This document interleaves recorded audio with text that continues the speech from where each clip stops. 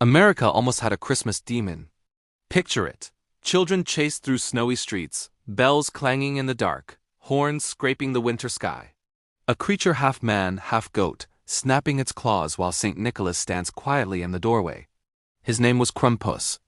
And when German-speaking families crossed the Atlantic, they didn't leave him behind. Not completely. High in the Alps, long before twinkle lights and mall Santas, winter was a threat. Nights were long, food ran low, and people fought the dark with fire, masks, and monsters.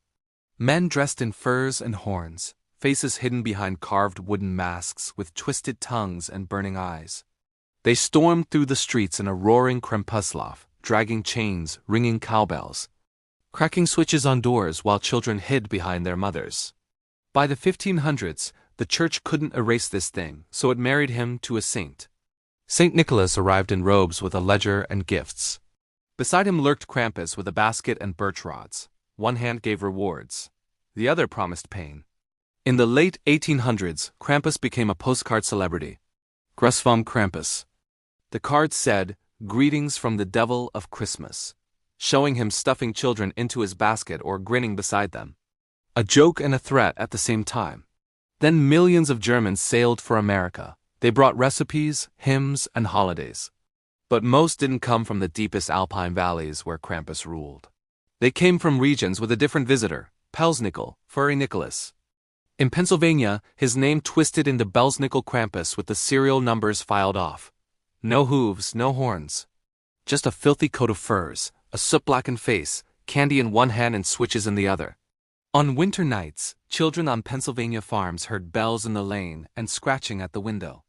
The door swung open and there he stood, demanding to know who had obeyed their parents and who had not. A lie earned the sting of the rod. The truth earned nuts and sweets thrown on the floor. Behind the mask it was always someone local, but for a few minutes the wild thing in the doorway felt real. Outside those German-American pockets, the rest of the country wanted something softer. 'Twas the night before Christmas. Floated a new idea, a jolly elf who slid down chimneys and never raised a hand. Illustrator Thomas Nast fattened him up, dressed him in red, moved him to the North Pole. Coca-Cola finished the job, turning Santa into a smiling billboard for endless giving and endless buying. You can't sell toys with a demon at your side. Add 2 world wars, anti-German backlash, and pressure to Americanize, and Krampus's shadow faded.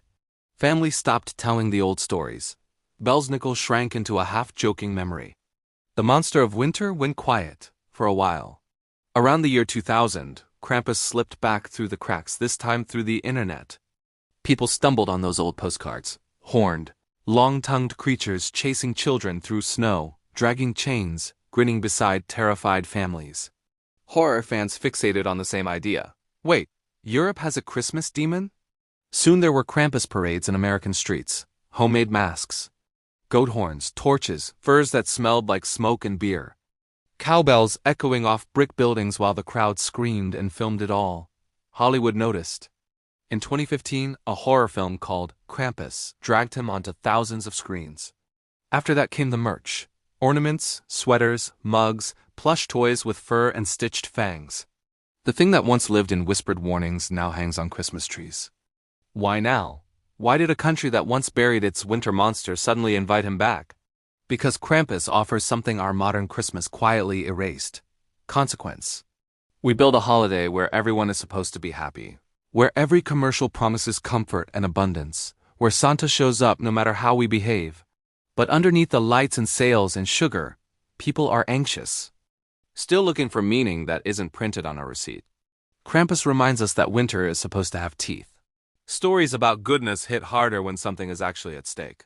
Light feels brighter when there is real darkness crowding just outside the frame. Krampus didn't cross the ocean in one piece. He fractured, hid, and almost disappeared. But his shadow never fully left.